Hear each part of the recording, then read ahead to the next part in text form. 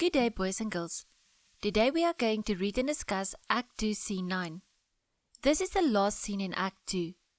The 3 months for the bond is almost up and another suitor has arrived in Belmont. The Prince of Aragon hopes to marry Portia and has come to try the test of the caskets.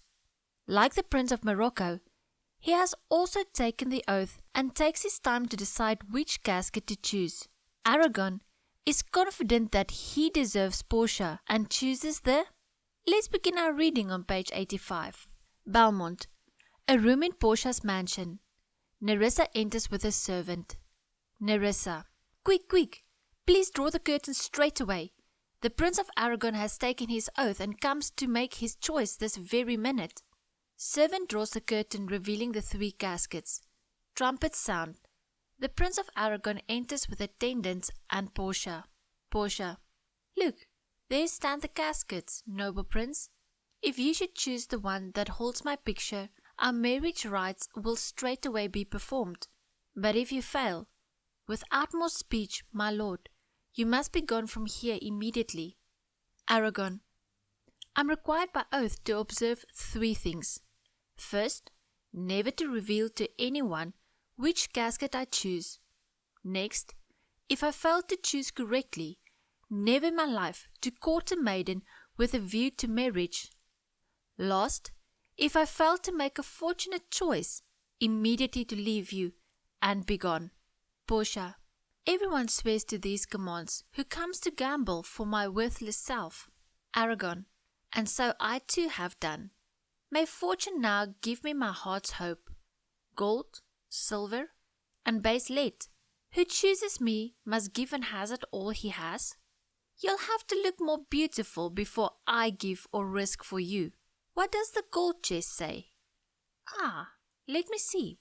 Who chooses me shall gain what many men desire. What many men desire? By that word, many.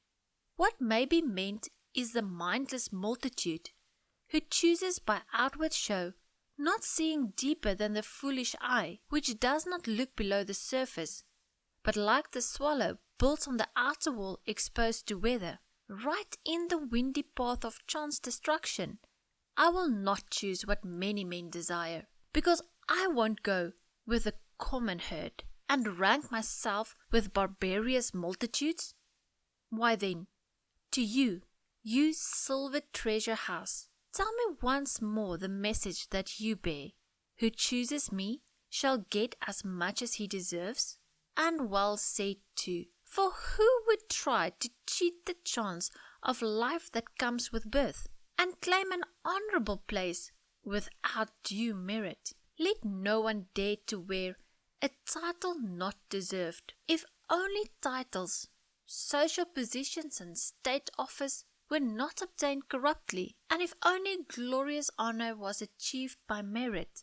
If it were so, how many in high places would now be sweeping floors? How many who command would now be rushing to obey? How many low-born peasants would be stripped from honour's list? How many seeds of true-bred honour would be picked out of the chaff and ruin of the times, to be uplifted?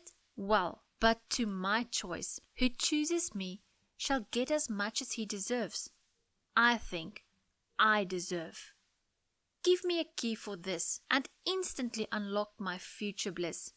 He opens the silver casket. Portia. You pause too long for what you have found there. Aragon. What's here? The portrait of a blinking idiot offering me a scroll? I'll read it. How very unlikely Portia you are.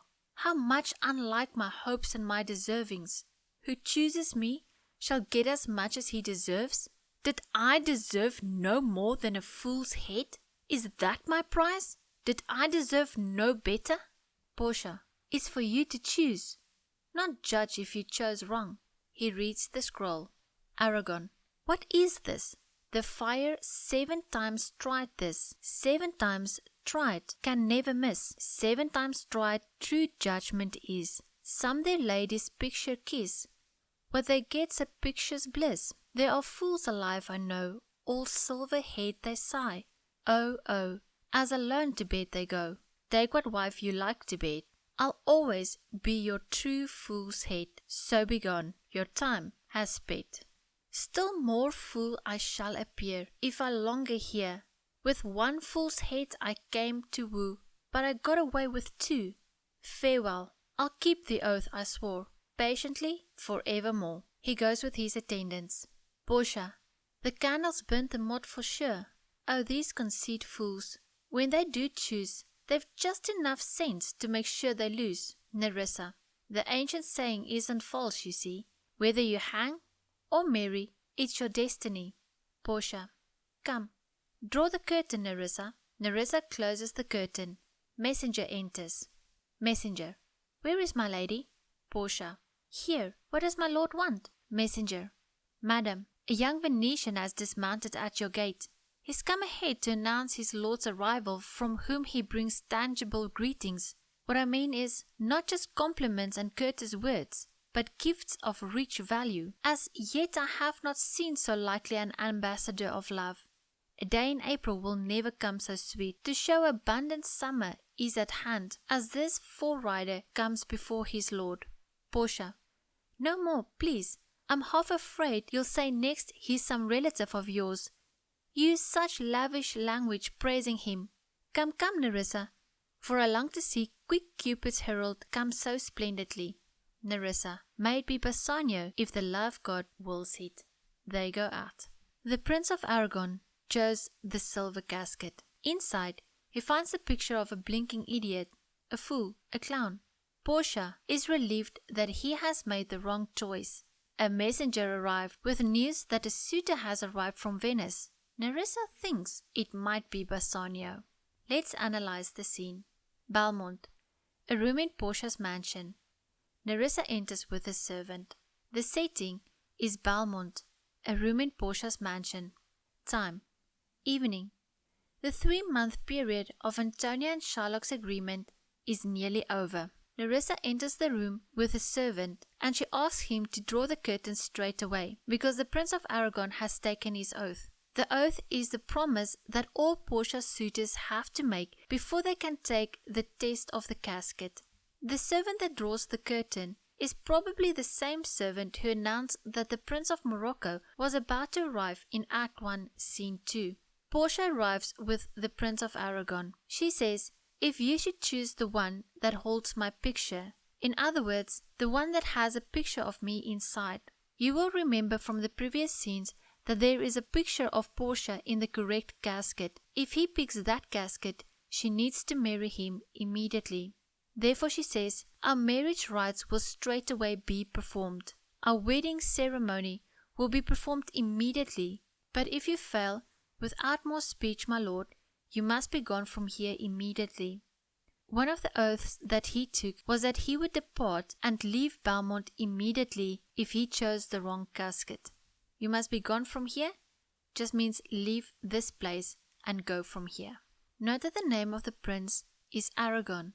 It almost sounds like the word arrogant. This prince is filled with a sense of self-importance, and he is showing it in a rude way. The Prince of Aragon refers to the 3 oaths that he had to take. First, never to reveal to anyone. In other words, never to tell anyone about the caskets. The second oath, never in my life to court a maiden with a view to marriage. In other words, never to ask anyone else to marry me. And the last oath, if I fail to make a fortunate choice, immediately to leave you and be gone. If my luck fails me when I make my choice, I will leave Belmont immediately. Portia refers to herself as my worthless self. That is the opposite of what Aragon thinks about himself. And then Aragon says, and so I too have done, meaning that he has also taken the oath, and he have sworn to observe the same conditions. And then he calls on fortune. He says, may fortune now give me my heart's hope. Aragon does not ask a god to help him make his choice, as Morocco did. He asked fortune to favor him. He also takes a long time to read the inscriptions on each casket, pondering about which one he need to choose. He doesn't even pay much attention to the lead casket, and when he reads the inscription on the golden casket, he says, who chooses me shall gain what many men desire. what many men desire? By that word many, what may be meant is the mindless multitudes. He refers to the foolish crowds. Aragon believes himself to be better than others. He does not follow the crowd, who chooses by outward show. He says these mindless multitudes choose and judge according to appearance. They do not see deeper than the foolish eye, or what their foolish eyes show them. Than the foolish eye which does not look below the surface, which doesn't look at what's on the inside. Aragon talks about the swallow. He says, but like the swallow, built on the outer wall exposed to weather, right in the windy path of chance destruction, I will not choose what many men desire. He says, the swallow often built its nest on the outside wall of a building, where the situation looks favorable, but where its nest is in fact exposed to bad weather, just where its nest could most easily be damaged, right in the path of accidents. I find this to be ironic, because Aragon has just dismissed the lead casket based on its outer appearance, not thinking about what could be on the inside, because he thought it was ugly. But he condemns people who does not look at what is on the inside. He says, I will not choose what many men desire. He will not go along with ordinary men or agree with what most people think. He is better than the rest. And high rank myself with barbarous multitudes. I will not put myself on the same level as the ignorant masses. Tell me once more the message that you bear. In other words, he will read the inscription again. The inscription refers to the writing on the casket. Who chooses me shall get as much as he deserves. He says, an honorable place without due merit. He asks the question, who would want to cheat fortune and pretend that he is honorable unless he genuinely deserves that honor? He continues by saying, let no one dare to wear a title not deserved. He says no one should pretend to be dignified or put on a nobleness he doesn't have a right to. He talks about the title that one wears. Aragon uses a clothing metaphor. Honor is worn because robes were, and in some aspects still are, a symbol of one's position in society. He says, if only titles, social positions, and state office were not obtained corruptly. Now in those days, they also struggled with corruption. He says, I wish that high-ranked titles, which afford status and official positions, weren't acquired as a result of corruption. From honest list, how many seeds of true-bred honor would be picked? How many seeds means true sons of the nobility? Someone who is born into a noble family.